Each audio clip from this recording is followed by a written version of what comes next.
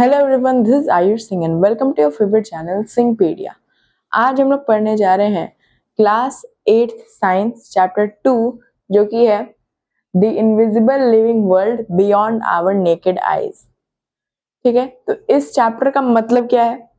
इस चैप्टर का मतलब ये है कि हम अपनी आंखों से तो बहुत सारी चीजें देख सकते हैं, लेकिन कुछ ऐसी भी चीजें होती हैं जो कि हम अपनी आंखों से नहीं देख सकते, बियॉन्ड आवर नेकेड आईज। अपनी आंखों से हम उसको नहीं देख सकते हैं। ठीक है, इनविजिबल होती हैं वो चीजें, हम लोग को नहीं दिखती, लेकिन वो एग्जिस्ट करती हैं। और वो कैसी चीजें होती हैं? लिविंग थिंग होती हैं। तो उसी लिविंग वर्ल्ड को हम जानने वाले हैं इस चैप्टर में, जो कि इनविजिबल होती है, हम लोग को दिखाई नहीं देती है। हम लोग को उसके लिए क्या चाहिए होता है? कुछ टूल्स चाहिए होते हैं। जैसे कि दो टूल्स की हम बात करेंगे। पहला है मैग्नीफाइंग ग्लास और दूसरा है माइक्रोस्कोप। ठीक है, मैग्नीफाइंग ग्लास और माइक्रोस्कोप ये क्या करता है? कोई भी ऑब्जेक्ट है तो उसको क्या करता है? इनलार्ज करके दिखाता है। ठीक है, मैग्नीफाइंग ग्लास से थोड़ा कम इनलार्ज करते हैं। ठीक है, जैसे मान लो कोई लीफ है, उसके ऊपर का जो वेनेशन है, वेनेशन मतलब जो भी वेन्स हैं, मेन वेन हो गया जैसे, उसके बाद जो साइड में जितने भी वेन्स होते हैं वो आपको देखना है। तो आप अगर ऐसे देखोगे तो आपको दिखाई नहीं देगा, लेकिन अगर आपको देखना है तो आप किसके अंदर देख सकते हैं? मैग्नीफाइंग ग्लास के अंदर। ठीक है, और दूसरा है माइक्रोस्कोप। अगर आप सेम उसी लीफ को माइक्रोस्कोप के अंदर देखोगे तो आपको वो वेनेशन के क्या क्या दिखाई देगा? आपको दिखाई देगा प्लांट सेल। ठीक है, गार्ड सेल्स दिखाई देंगे आपको, स्टोमाटा होता है क्योंकि। ठीक है, तो दो टूल्स हमने पढ़ा, कौन कौन सा? मैग्नीफाइंग ग्लास और दूसरा माइक्रोस्कोप।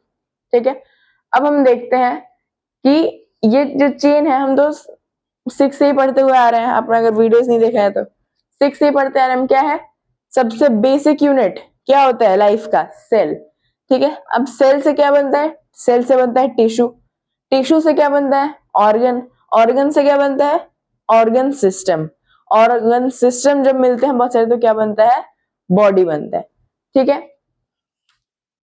देखो सेल होता है, बहुत सारे सेल है। मान लो ये एक सेल है, ये सेल है, बहुत सारे सेल क्या हो गए? ऐसे मिल गए तो ये क्या बनाते हैं? हमारा टिश्यू बनाते हैं। और बहुत सारे टिश्यू मिल जाते हैं तो ऑर्गन बनाते हैं। जैसे इसका ये एग्जांपल देखो, ब्रिक है। कोई भी हम मान लो मेरे को एक 20 फ्लोर का बिल्डिंग बनाना है। ठीक है, तो उसका बेसिक यूनिट क्या होगा? ब्रिक। ईंटें से ही बनाएंगे हम। तो ब्रिक क्या है? सेल है। अब उस ब्रिक से हम एक क्या खड़ा कर दिए? वॉल। ठीक है, तो वॉल क्या हो गया? टिश्यू हो गया। बहुत सारे ब्रिक्स हमने लगाए और वो क्या बन गया? एक वॉल। तो वॉल हमारा क्या हो गया? टिश्यू। उसके बाद 4 वॉल्स लगाए, एक सीलिंग लगाई, तो क्या बन गया? वो हमारा रूम बन गया। अब इस रूम, बहुत सारे रूम लगाएंगे। एक फ्लोर पे एक ही तो रूम नहीं होगा, एक फ्लोर पे बहुत सारे रूम होंगे। तो बहुत सारे रूम को एक साथ मिलाएंगे तो क्या बन जाएगा? हमारा फ्लोर बन जाएगा। और बहुत सारे फ्लोर होंगे तो क्या बन जाएगा? ये सारे क्या हो जाएंगे? Organ system. और सारे मैंने मान लो 20 फ्लोर बनाए, तो 20 फ्लोर को मैंने जोड़ दिया साथ में, तो क्या बन जाता है? हमारा बिल्डिंग। तो ये बिल्डिंग क्या हो गया? हमारा बॉडी, या फिर इसको हम लास्ट में ऑर्गेनिज्म भी कर सकते हैं। ऑर्गन सिस्टम बहुत सारे मिलते हैं तो बन जाते हैं ऑर्गेनिज्म। ठीक है, अब देखो सेल होता क्या है। ठीक है, इस चैप्टर में हम दो ही चीजों के बारे में पढ़ेंगे, सेल और माइक्रोब्स। ठीक है, सेल और माइक्रोब्स के बारे में। देखो सेल होता क्या है? सेल का मतलब होता है basic structural and fundamental unit of life. इसमें दो वर्ड आ रहे हैं हमारे, पहला है स्ट्रक्चरल और दूसरा है फंक्शनल। ठीक है, स्ट्रक्चरल और फंक्शनल। तो सेल का जो दो फंक्शन होता है मेन, वो यही होता है। एक तो हमारे बॉडी को फंक्शन करने में हेल्प करता है और दूसरा हमारे बॉडी को स्ट्रक्चर देता है। अगर बॉडी चाहिए मेरे को, एक बॉडी हो किसी भी चीज की, तो उसके लिए सबसे पहले सेल होना चाहिए। सेल क्या है? बेसिक यूनिट है।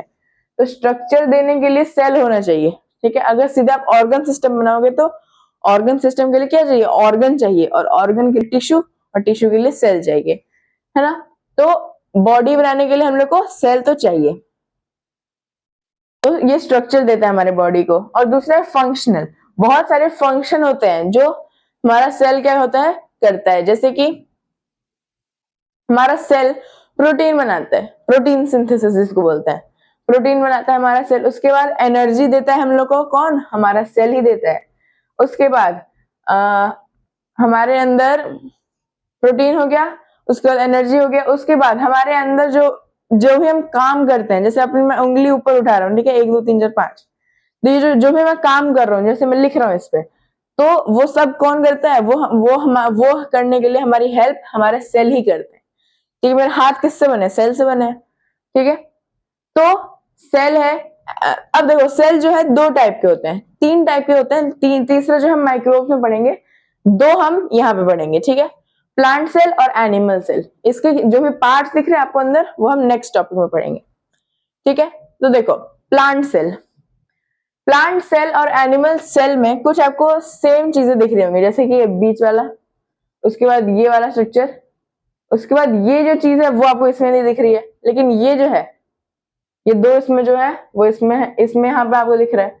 उसके बाद ये है, ये आपको यहाँ पे दिख रहा है, ठीक है। तो बहुत सारी चीजें इसमें सिमिलर होती हैं और बहुत सारी चीजें ऐसी होती हैं जो सिर्फ इसमें होती हैं, इसमें नहीं होती है, या फिर सिर्फ इसमें होती है, इसमें नहीं होती है, ठीक है।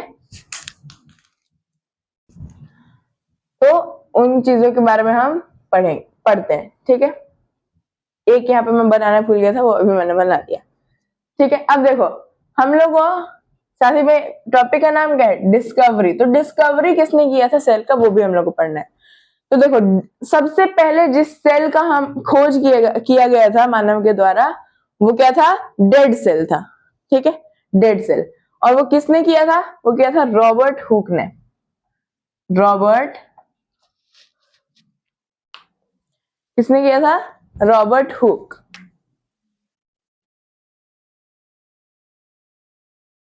और जो पहला लिविंग सेल था वो किसने डिस्कवर किया था, ये किया था Antony van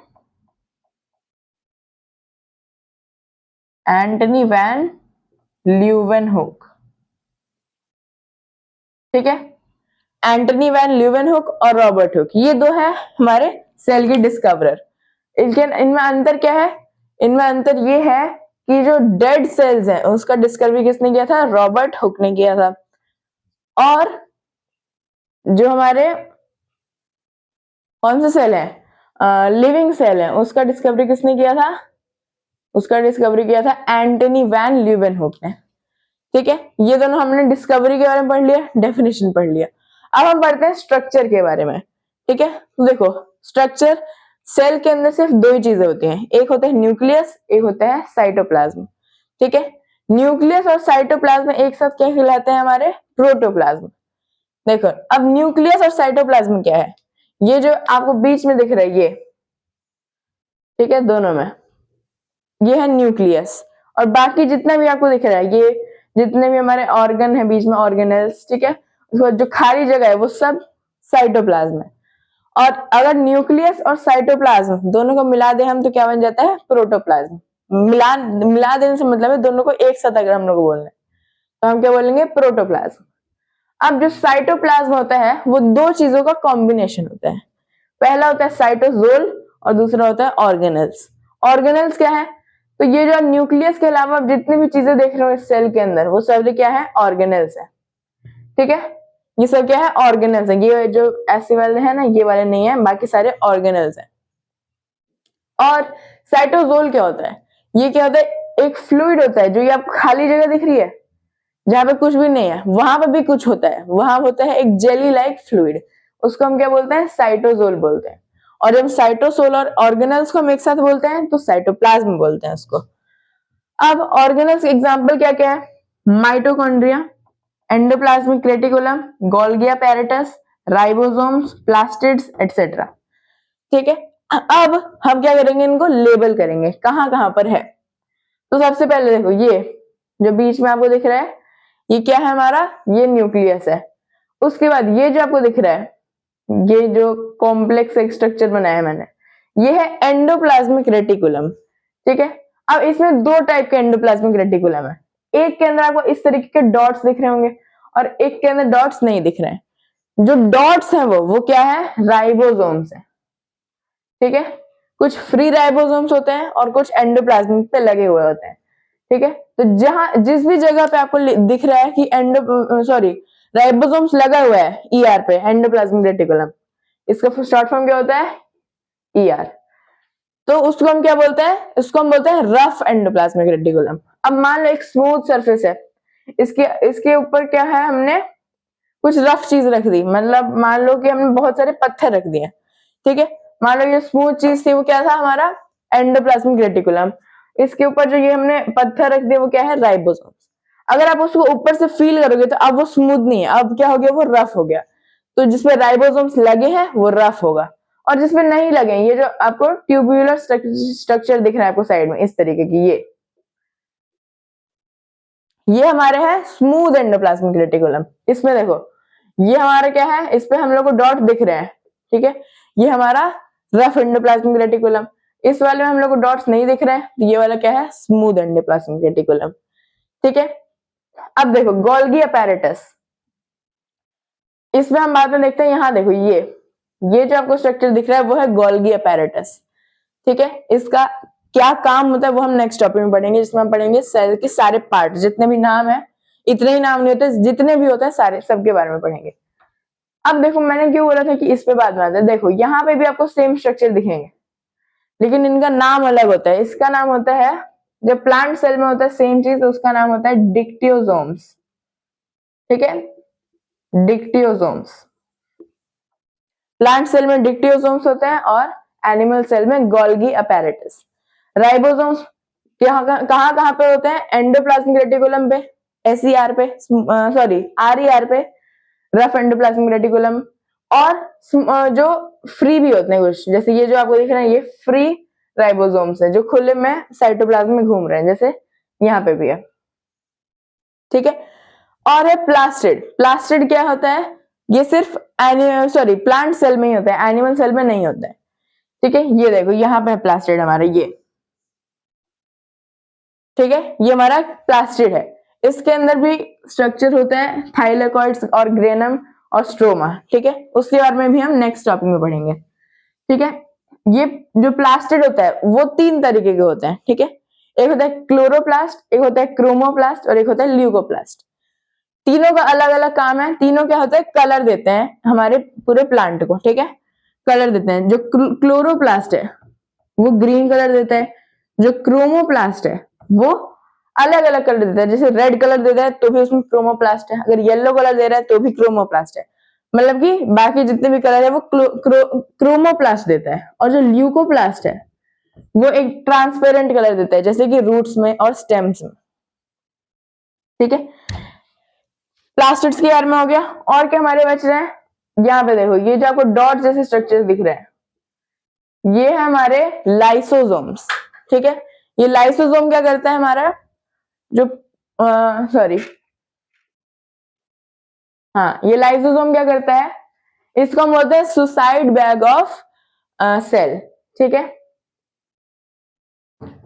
suicide bag of sales.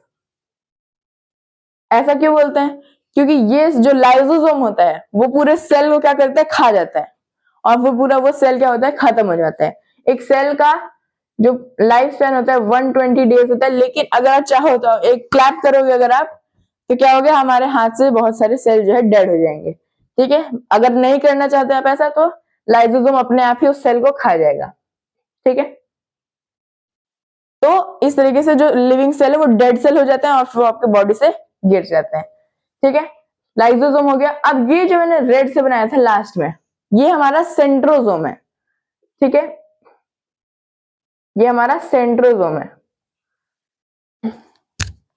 इसका काम क्या होता है, इसका काम होता है सेल डिवीजन में, वो भी हम पढ़ेंगे। और ये लास्ट देखो, ये लास्ट चीज क्या है हमारा, ये जो आपको मून की तरह दिख रहा है, ये मून नहीं है, ये क्या है हमारा, ये इसको हम बोलते हैं पेरोक्सिसोम। पेरोक्सिसोम, इसके बारे में भी हम पढ़ेंगे पार्ट्स ऑफ सेल में, ठीक है। तो हमने कौन कौन से इसमें ऑर्गेनल पढ़े, माइटोकॉन्ड्रिया, न्यूक्लियस नहीं sorry mitochondria, endoplasmic reticulum, Golgi apparatus जिसको हम प्लांट सेल में बोलते हैं डिक्टियोसोम्स, राइबोसोम्स, लाइसोसोम्स, प्लास्टिड्स। उसके बाद हमने पढ़ा पेरोक्सिसोम, उसके बाद हमने पढ़ा सेंट्रोसोम, लाइसोसोम, ठीक है। और कुछ हमने पढ़ा नहीं। ये देखो, ये जो आपको दिख रहा है ना इसके बीच में, इसको हम बोलते हैं क्रोमैटिन फाइबर, और इसके अंदर क्या होता है, जेनेटिक मटेरियल होता है, ठीक है, जैसे कि डीएनए होता है यहाँ पे। और ये जो आपको दिख रहा है बाहर एक्स के शेप के, इसको हम बोलते हैं क्रोमोसोम्स। ये सेल डिवीजन जब होता है तब डीएनए जो होता है वो फॉर्म कर देता है, ठीक है, इसको हम क्या बोलते हैं, क्रोमोसोम। तो ये सारे ऑर्गेनल्स हो गए। तो आपको समझ में आ गया किसने डिस्कवर किया था, रॉबर्ट हुक और एंटनी वैन ल्यूवेनहुक ने। स्ट्रक्चर क्या होता है, प्रोटोप्लाज्म होता है, इसमें न्यूक्लियस और साइटोप्लाज्म होता है, साइटोप्लाज्म में फ्लूइड होता है और ऑर्गेनल होता है, ऑर्गेनल ये सारे होते हैं, ठीक है। तो ये था हमारा आज का topic, discovery, history, definition and structures of cell. I hope कि आपको आज का पूरा टॉपिक समझ में आ गया हो। अगर आपको इससे रिलेटेड कोई भी डाउट्स है तो आप मुझे कमेंट्स में पूछ सकते हैं। Thank you very much.